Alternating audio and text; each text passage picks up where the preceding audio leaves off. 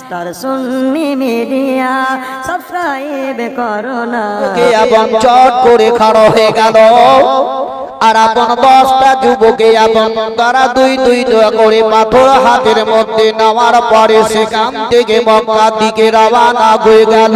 বিশ্বের নবী কুল কায়নাতের নবী জনাবে মুহাম্মদ রাসূলুল্লাহ সাল্লাল্লাহু তাআলা আলাইহি ওয়াসাল্লাম ওই তাম্বুর ভিতরে আপন বাবা মোমবাতি জ্বালিয়ে কোরআন আপন তেলাওয়াত করতেছিলেন। এই 10টা যুবকে আপন ওই তাম্বুর চারিপাশে তারা দাঁড়িয়ে গেল, তাদের হাতে দুটো দুটো করে পাথর নিয়ে দাঁড়িয়ে গেল।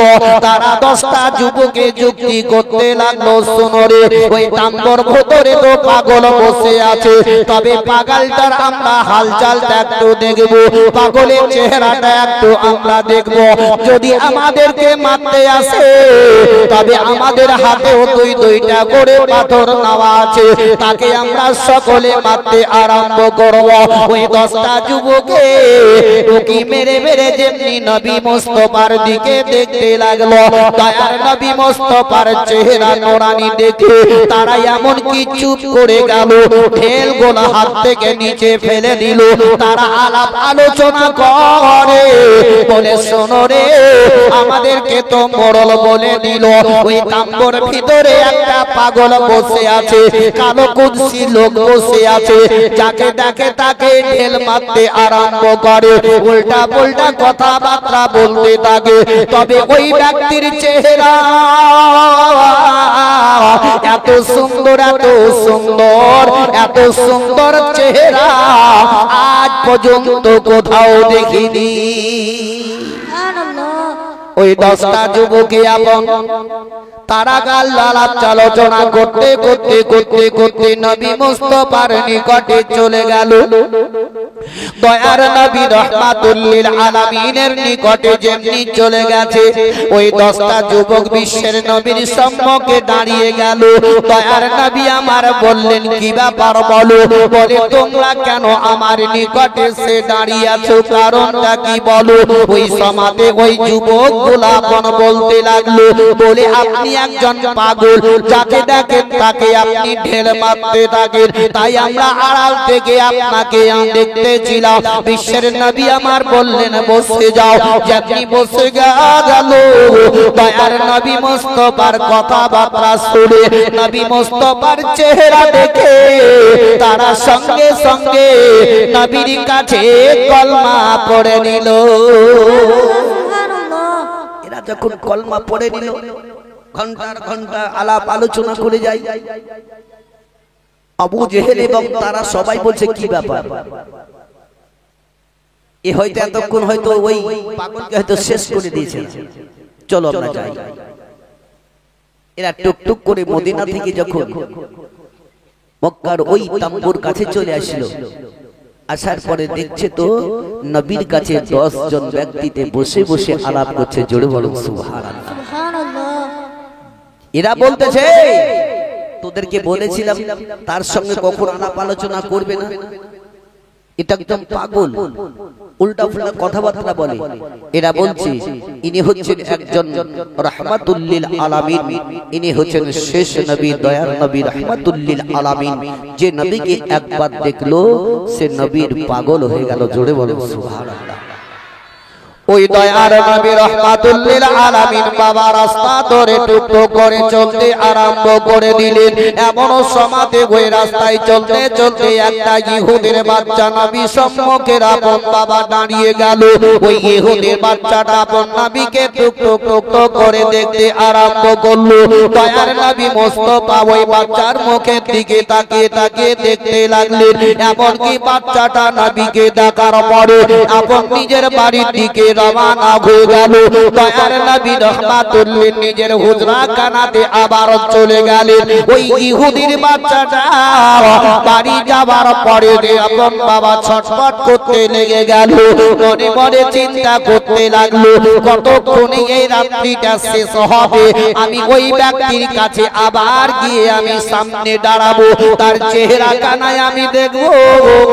এই বলে রাত্রিতে ছটফট করে যায়। যেমনি বাবা রাত্রি চলে গেল ওই বাচ্চাটা দৌড়ে দৌড়ে বিশ্বের নবীর কাছে আপন বাবা গিয়ে হাজিরি দিয়ে দিল কিন্তু ওই বাচ্চাটার আব্বা ছিল ইহুদি ওই ইহুদিটা নবীর নাম শুনলে পরে তার মাথার মগজটা একদম ঠকপক করে উঠতো শরীরে রক্তটা একদম গরমে যেত ওই ইহুদিটা বলতো উনি হচ্ছেন একজন পাগল রে মুসলমানদের সরদার যাকে পাই তাকে আপন মুসলমান করে দেয় আলতো ফালতো কথাবার্তা বলতে থাকে ওই বাবুর কাছে কখনো তোরা যাবে না ওই বাচ্চাটা একদিন নয় দুই দিন নয় কয়েকদিন যাওয়ার পরে নবীর প্রেমে পাগল হয়ে গেল বাচ্চাটা বাড়িতে আর স্থির ভাবে থামতে পারে না সঙ্গে সঙ্গে ওই বাচ্চাটা বিশ্বের নবীর দিকে যেমনি চলে গেল ইহুদি আপন বাবা জানতে পেরে গেল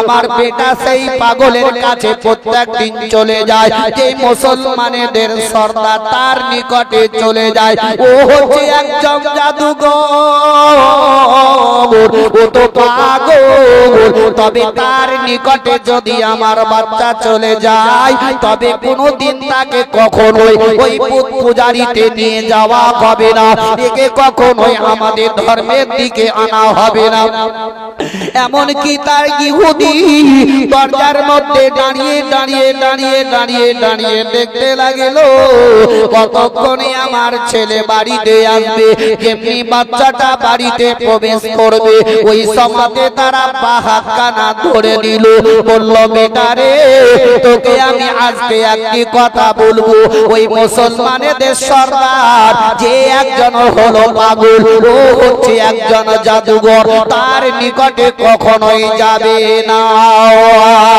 আর যদি চলে যাও যদি আগামী কালকে আমি জানতে পারি তোর আমি দুইটা হাতকে আমি কেটে নিব তখন আর কখনো নবীর কাছে যেতে পারবে না বাচ্চাটা কাঁদতে কাঁদতে নিজের ঘরের মধ্যে চলে গেল সারা রাত্রি বাচ্চাটা বাজার নয় কান্না করে দুই চোখের পানি ঝরঝর করে ঝরে যায় বাচ্চাটা বলে আমার আব্বা যদি হাত দুটো কেটে দেয় নিবে তবু নবীর দরবার যেতে আমি কখনোই ছাড়ব না বিশ্বের নবী কুল কায়নাতের নবী জনাবে মুহাম্মদ রাসূলুল্লাহ সাল্লাল্লাহু তাআলা আলাইহি ওয়াসাল্লাম বসে আছেন এই বাচ্চা সারা সারা রাত্রি এভাবে চিন্তা করে যায় দ্বিতীয় দিনে চলে গেল নবীর কাছে গিয়ে বলতে লাগলো ইয়া রাসূলুল্লাহ আপনি আমাকে কলমাটা পড়ে দিন সঙ্গে সঙ্গে নবী আমার কলমা পড়লেন পড়ো লা ইলাহা জোরে পড়ো লা ইলাহা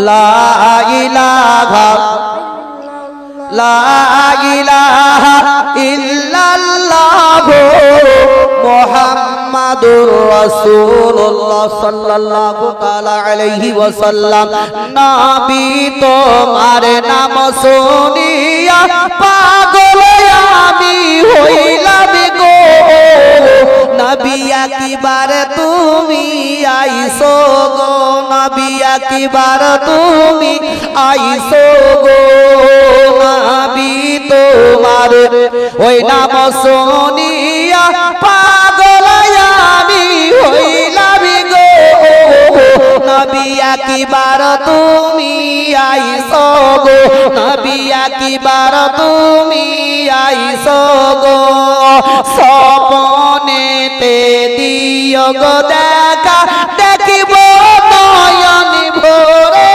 গো নবী একবার তুমি আইসো গো নবী একবার তুমি আইসো গো নবী তোমার এ নাম শুনিয়া পাগল আমি হইলাম গো নবী একবার তুমি আইসো গো নবী একবার তুমি আইসো গো জীবনে তারে সইপাগ দিব নবী তোমার চরণে নবী চুমুকে তামি কদমে জীবনে তারে সই পাগদি দাও নবী তোমার চরণে নবী চুমুকে তামে কদমে নবী চুমুকে তাম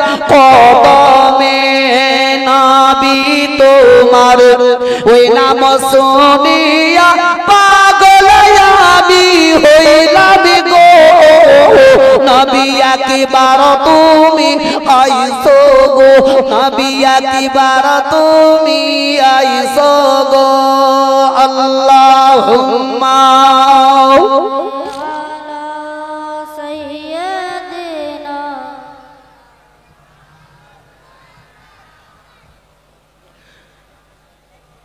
এই যে মসজিদের পাশে যে মা বোনেরা বসে আছেন দয়া করে পিছনে জায়গা আছে যান মেয়ে ছেলেদের সামনে বসিয়ে থাকেন না দয়া করে পিছনে জায়গাগুলো আছে জায়গাতে বসেন বাবজি ভাইদের সামনে বসিয়েন না পর্দার ব্যাপার আছে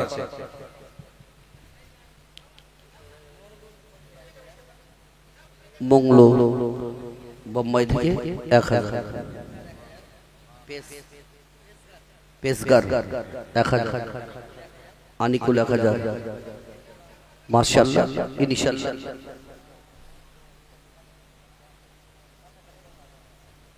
যাক মাশাআল্লাহ বাবজি ভাই আমার উনার ভাই এবং 500 টাকা দিয়ে গেছেন আল্লাহ রাব্বুল ইজ্জত তার দানকে কবুল করে নিয়ে তার মনের আশাকে যাতে পরিপূর্ণ করে দেয় এবং তার অসুস্থ আল্লাহ তাকে যাতে শিফা করে দেয় জোরে সকলে বলো আমিন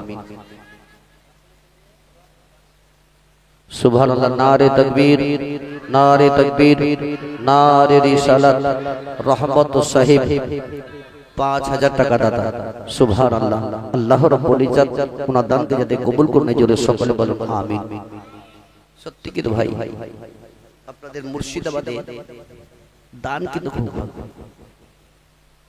দানি বহুত আপনাদের মুর্শিদাবাদের লোক আসলেই বহুত দান করে আল্লাহ রাব্বুল ইজ্জত আপনাদের আরো দান করার তৌফিক দেন করে যদি সকলে বলেন আমিন এবং তার থেকে থাকে বেশি বেশি বলেন এই মা বোনরা বেশি দান করে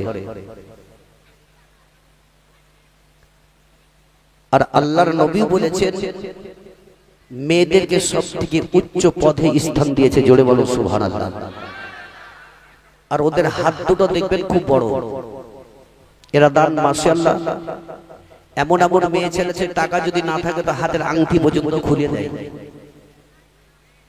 রায়গঞ্জ এলাকায় দেখেছি কোন কোন মেয়ে ছেলে মহব্বতের সহিত যদি নাও পেয়েছে টাকা নাকের ফোন পর্যন্ত খুলে দিয়েছে তো মাশাআল্লাহ আপনাদের এলাকার মানুষ যাক আরেকজন 100 টাকা দিয়ে গেল আল্লাহ তাআলা দান যাতে কবুল করে জোরে সকলে বলো আমিন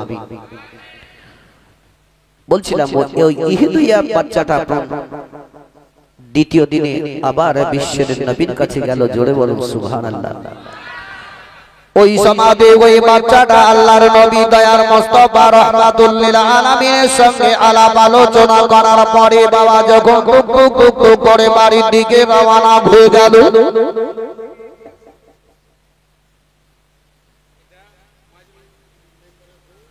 মাইজুল মেম্বারের বউ মেম্বার মানুষের স্ত্রী যদি 500 টাকা দেয় তো অন্য লোক যদি 500 টাকা দিবে ভাই তাই না মেম্বারের স্ত্রী মানে 1000 2-3000 টাকা দেওয়া উচিত তো যাই হোক আমি বলবো ওনাকে আর 500 টাকা দিয়ে 1000 টাকা পূর্ণ করে দিয়ে পাঠিয়ে দিবেন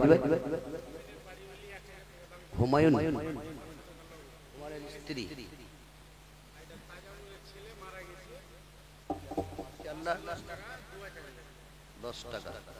510 টাকা দিয়েছে আল্লাহ রাব্বুল ইজ্জত ওনাকে যদি জান্নাতবাসী করে দেয় জোরে সকলে বলুন আমিন ওই সমাধি ওই বাচ্চাটা আপন দুঃখ করে বিশ্বের নবীর নিকট থেকে যখন বাড়ির দিকে রওনা হয়ে গেল এমন সমাধি দেখতে পেল ওই ইহুদি ব্যক্তি তার বেটা টুক করে বাড়ির দিকে চলে আসতেছে দ্বিতীয় দিনে আপন বাবা তার হাতটাকে ধরে নিল তার আব্বা বলতে লাগলো বেটা রে গতকালকে তোরে আমি প্রথম দিন মানা করেছিলাম কি ওই নবী পাগলের কাছে কখনোই যাবে না কখনোই তার নিকটে যাবে না যদি যাস তবে তোর একটা হাত কেটে নিব তবু তুই আমার কথাটা মানলে না তবে বেটা দ্বিতীয় দ্বিতীয়বারে আজকে আমি তোকে দ্বিতীয়বার বলতে বলতেছি শোনো রে, যদি তুমি ওই নবীর কাছে চলে যাও, ওই পাগলের কাছে যদি আবার তুমি চলে যাও, তবে তোমার দুইটা পা আমি কেটে নিব,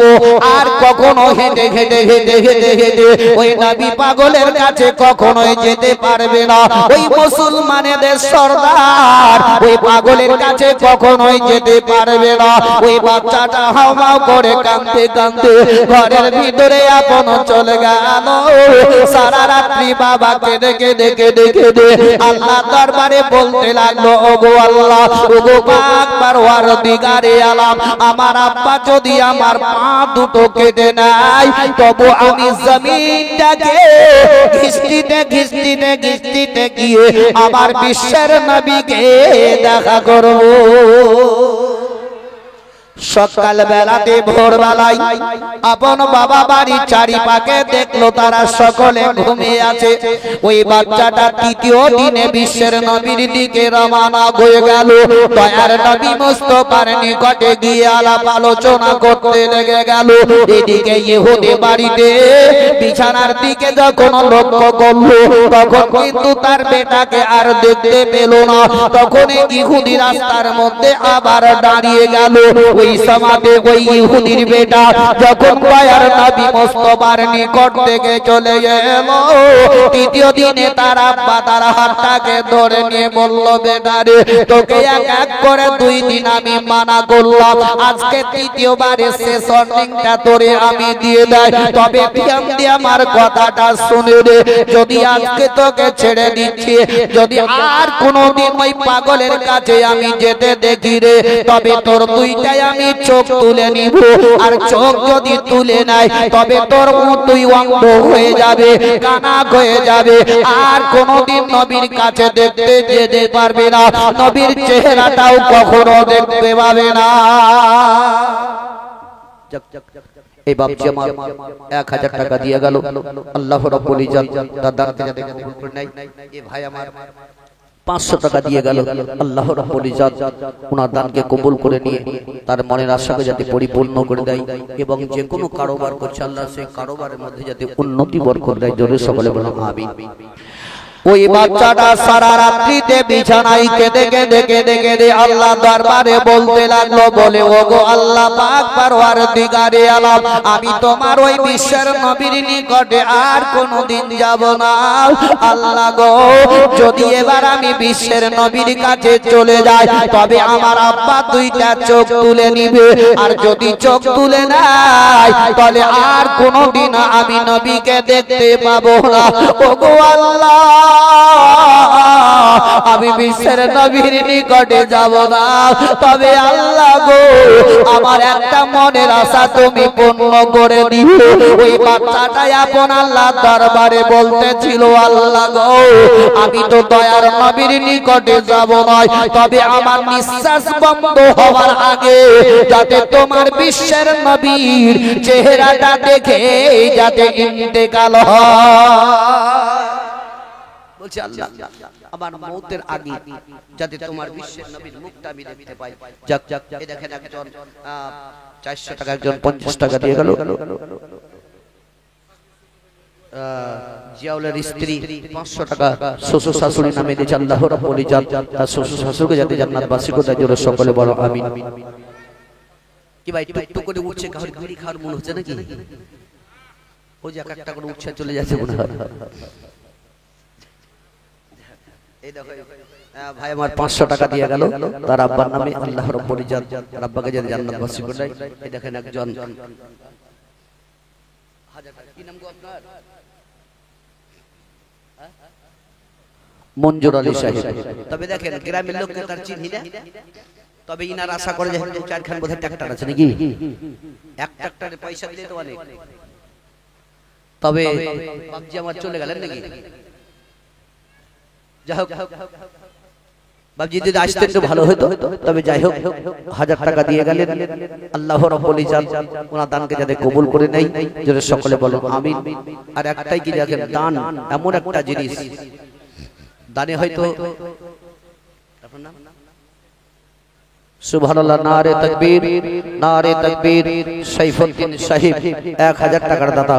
সুবহানাল্লাহ, আল্লাহ তার দানকে কবুল করে নিয়ে তার খানদান থেকে যারা ইন্তেকাল করে গেছে আল্লাহ সকলকে যাতে জান্নাতবাসী করে দেয়, জোরে সকলে বলো আমিন। তবে ভাই, এই দান এমন একটা জিনিস, বুঝলেন, এই দান দানই থাকবে সর্বদাই, কবরে, হাসরে, সব জায়গাতেই। আমরা যত যা টাকা পয়সা খরচ করি না কেন, কোন দিকে চলে যাই, কিন্তু এটাই আপনার ধরা থাকবে কিয়ামত পর্যন্ত, জোরে সকলে বলো। 1050 টাকা বোম্বাই থেকে। সুবহানাল্লাহ, আল্লাহ রাব্বুল ইজ্জত রবিউল ভাই যে কোনো কাজ করছে আল্লাহ তার কাজে যাতে বরকত উন্নতি দেয়।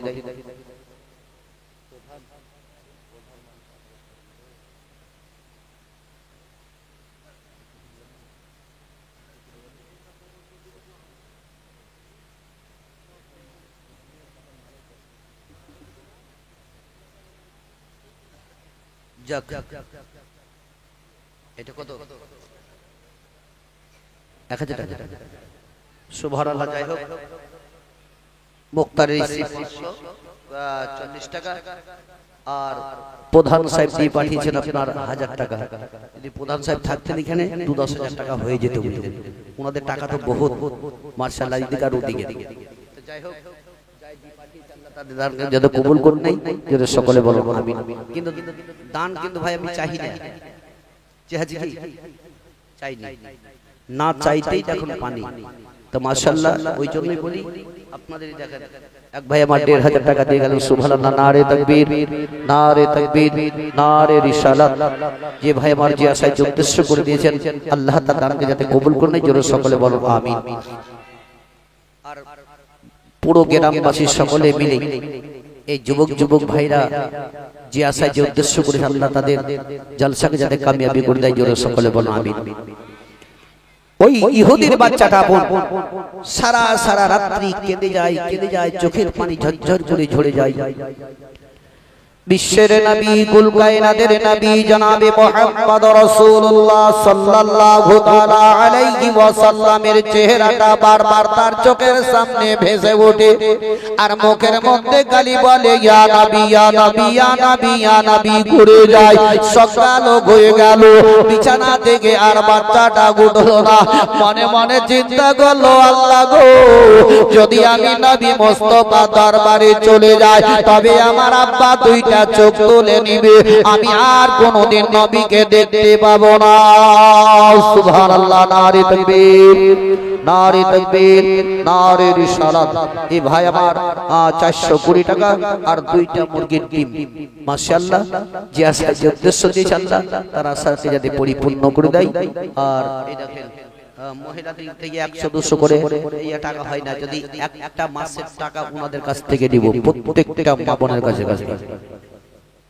তাহলে এবার বলি, 100 টাকা না দিয়ে একটা মাসের পয়সা, বুঝতেছেন তো?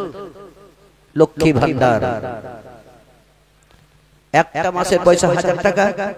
যতটি মা বোন বসে আছেন, আল্লাহ আপনাদের খুব ইনকাম বহুত দিয়েছে, তবে দরদি মা জননী আমার এক কবরস্থানের উপলক্ষে জলসা। ওই কবরে আসল বাড়ি হচ্ছে আমাদের কবর, তাই কি না? কবরে আমাদেরকে যেতেই হবে। সেই ঘরকে সাজাবার জন্য প্রত্যেকটি মাকে আমি বলবো 1000 করে 1 মাসের টাকা দিয়ে পাঠাবেন। এটাই আপনাদের কাছে আমার আবেদন। আর আপনি যদি কবরস্থানকে কেন্দ্র করে যদি আপনি দেন, আপনার স্বামী কখনোই কিছু বলতে পারবে না। পারবে কি ভাই? কখনোই পারবে না। তবে বলবো মায়েদেরকে, অবশ্যই দরদি জননী মা আমার যতটি বসে আছেন, অবশ্যই একটা মাসের পয়সা আল্লাহ রাব্বুল ইজ্জত আপনাদের উন্নতি বরকত দিবে। আল্লাহ রাব্বুল ইজ্জত ওনাদের দানকে যাতে কবুল করে, জোরে সকলে বলুন আমিন। ওই বাচ্চাটা আপন সকাল বেলা দিয়ে আল্লাহ দরবারে বলতে লাগলো, গো আল্লাহ আকবার ওয়ার দিদারে আলাম, তবে আল্লাহ গো, আমি আর নবীর কাছে কোনোদিন যাব না। ওই বাচ্চাটা কেঁদে কেঁদে কেঁদে কেঁদে চোখের পানি ঝরঝর করে বাবা পড়ে যায়।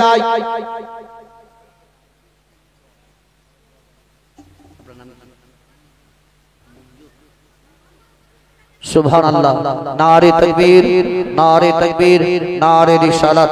নজরুল সাহেব নগদ 100 টাকা এবং 10 কিলো গমের দাতা, 20 কেজি গমের দাতা।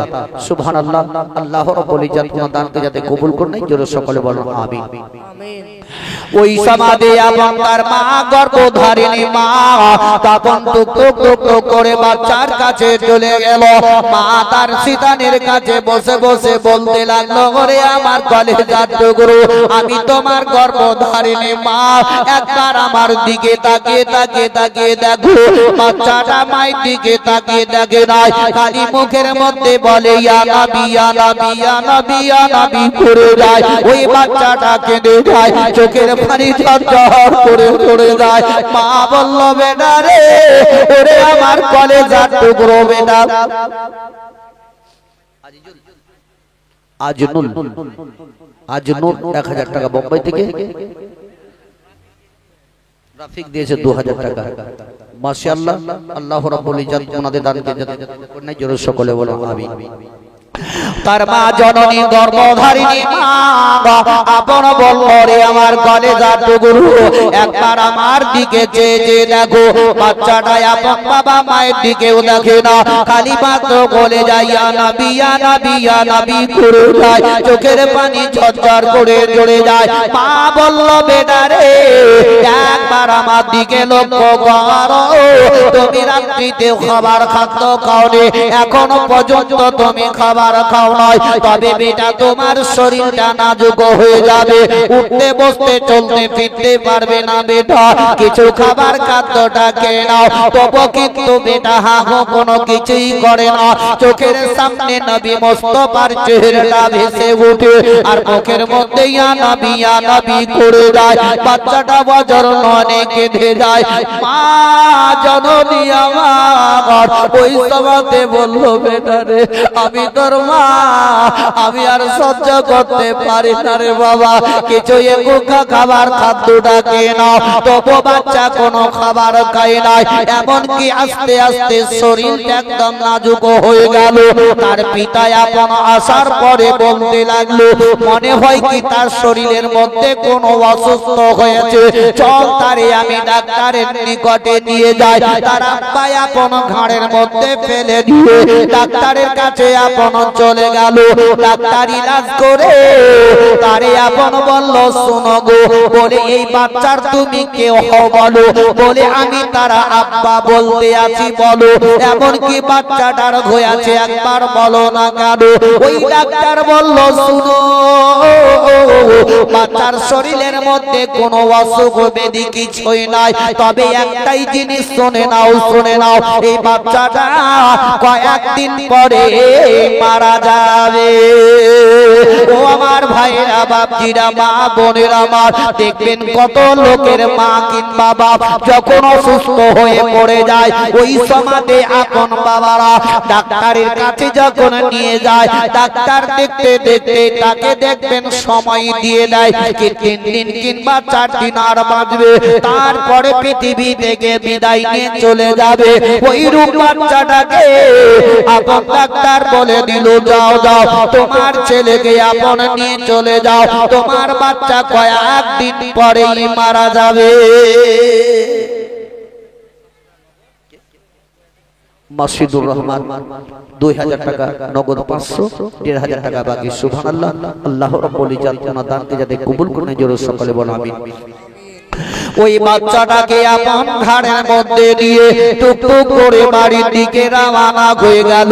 আর বিছানার মধ্যে রেখে দেওয়ার পরে আত্মীয় স্বজনদেরকে আপন জানিয়ে দেওয়া হলো।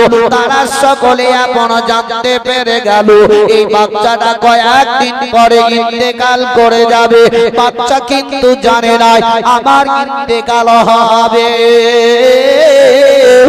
ওই তারা আব্বা ওই সমাজে আপন বাবা এমন করলো কি বলে বাচ্চাটাকে মনে হয় কি ওই মুসলমানেদের সরদার ওই পাগলের নিকটে না যেতে দেওয়ার কারণে মনে হয় তার শরীরটা এরকম হয়ে গেছে। তবে ওই নবী মুহাম্মাদের কাছে একবার নিয়ে যায়, তার সঙ্গে কিছু আলাপ আলোচনা করিয়ে দেয়, তবে হয়তো তার শরীরটা সুস্থ হয়ে যাবে। আপন বাপজি ভাইরা মা বোনেরা আমার, ওই বাচ্চাকে ইহুদি আপন ঘাড়ের মধ্যে নিয়ে বিশ্বের নবীর নিকটে চলে গেল। দয়ার নবী মুস্তাফার নিকটে যাওয়া মাত্রই দয়ার নবী আমার বাচ্চার দিকে তাকিয়ে দেখতে লাগলেন। দেখতে দেখতে দয়ার নবী আমার চোখ দুটো বন্ধ করলেন। নবী দুই চোখের কোণা দিয়ে পানি পড়ে গেল। বাচ্চার দিকে লক্ষ্য করে বলে, ও বাচ্চা বলো বলো তুমি কয়েকদিন থেকে আমার নিকটে কেন আসো নাই বলো। ওই বাচ্চাটা বলল, ইয়া রাসূলুল্লাহ, ইয়া হাবিবাল্লাহ, নবী গো আমার আব্বা এখনো শেষবারের মতো বলেছিল যদি ওই পাগলের নিকটে যাও, নবী মুহাম্মাদের নিকটে যদি যাও তবে তোমার দুইটা চোখ তুলে নেওয়া হবে। তার জন্য আপনার নিকটে আমি আসিনি। ইয়া রাসূলুল্লাহ, ইয়া হাবিবাল্লাহ, নবী গো আমি আল্লাহর দরবারে এটাই দোয়া করেছিলাম আমার নিঃশ্বাস বন্ধ হওয়ার আগে যাতে আপনার পবিত্র চেহারাটা একবার আমি দেখতে পাই।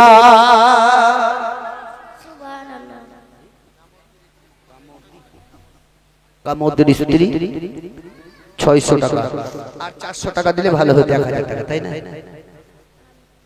রব্বুল সুবহানাল্লাহ, রব্বুল সাহেব 1500 টাকা দিয়েছে। আল্লাহ তার দানকে যাতে কবুল করে, জোরে সকলে বলেন আমিন। ওই বাচ্চাটা বিশ্বের নবীর সঙ্গে আলাপ আলোচনা করতেই আল্লাহ তাবারক তাআলা বললেন, হে ইসরাইল, এই মুহূর্তে গিয়ে তার জানটাকে তুমি কবজ করে নাও। সঙ্গে সঙ্গে ওখানে গিয়ে ওই বাচ্চার জানটাকে কবজ করার পর ইন্না লিল্লাহি ওয়া ইন্না ইলাইহি রাজিউন সাইজন বলে, জীবনে যারা অন্তিম কালে হে আজরাইল আসিয়া, যেদিন তোমার সাধের জীবন যাবে রে লইয়া, যারে তুমি ইয়া তো যতনে আরে রাখিলে ঘরেতে,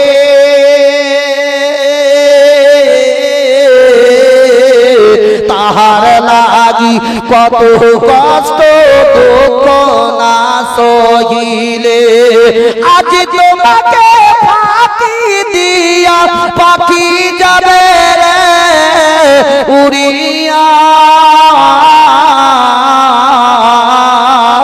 যেদিন তোমার সাধের জীবন ও যাবে রে লইয়া, জীবনে যারা অন্তিম কালে আজরাইল আসিয়া, যেদিন তোমার সাধের জীবন যাবে রে লইয়া, পিতা কাঁদিবে, মাতা কাঁদিবে, কাঁদিবে ভাই বোনেরা, আরো কাঁদিবে পাড়া পড়শি তোমায় ঘিরিয়া, শুনতে পাবে কানে তুমি জবান খুলবে না, যেদিন তোমার সাধের জীবন যাবে রে লইয়া, মাটির বাড়ি মাটির ঘর এ মাটির বিছানি খানি,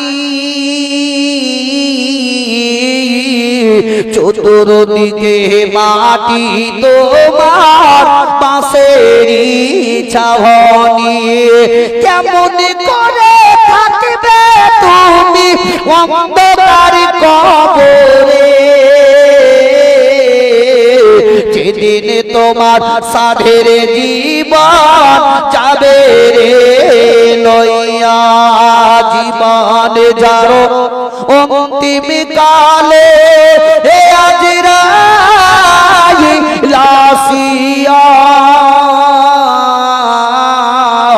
যেদিন তোমার সাধের জীবন যাবে রে লইয়া আল্লাহুম্মা জোরে পড়ে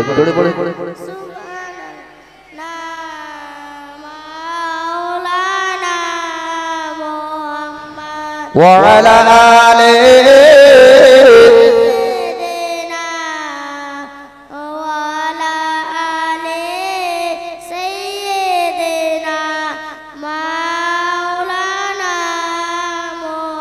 সাল্লাল্লাহু তাআলা আলাইহি ওয়াসাল্লাম। বোম্বাই থেকে আতিক সাহেব 5000 টাকা দিয়ে পাঠিয়েছে। সুবহানাল্লাহ। আল্লাহ রাব্বুল ইজ্জত ওনার দানকে কবুল করে নিয়ে তার মনের আশাকে এবং যে কোনো কারবার করছে আল্লাহ সেই কারবারে যাতে উন্নতি বরকত দেয়, জোরে সকলে বলেন আমিন।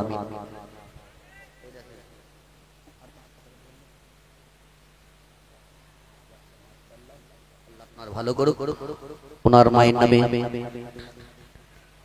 1000 টাকা দিলেন। আল্লাহ রাব্বুল ইজ্জত তার মাকে যাতে জান্নাতবাসী করে দেয় এবং যে ভাই আমার যে কোনো কারবার করছে আল্লাহ সে কারবার যাতে বরকত দিয়ে দেয় এবং বাড়ির সমস্ত বালা মুসিবতকে দূর করে রুজি রাজগাতে যাতে বরকত দেয়, জোরে সকলে বলেন আমিন। এটা এক বাপজি আমার 500 টাকা দিয়ে গেলেন। সুবহানাল্লাহ। ভাই আমার বাপজি আমার যাই হোক মাশাআল্লাহ এহারও দান না চাইতেই তো আমরা চলতে আছেন। তবে আমি বলবো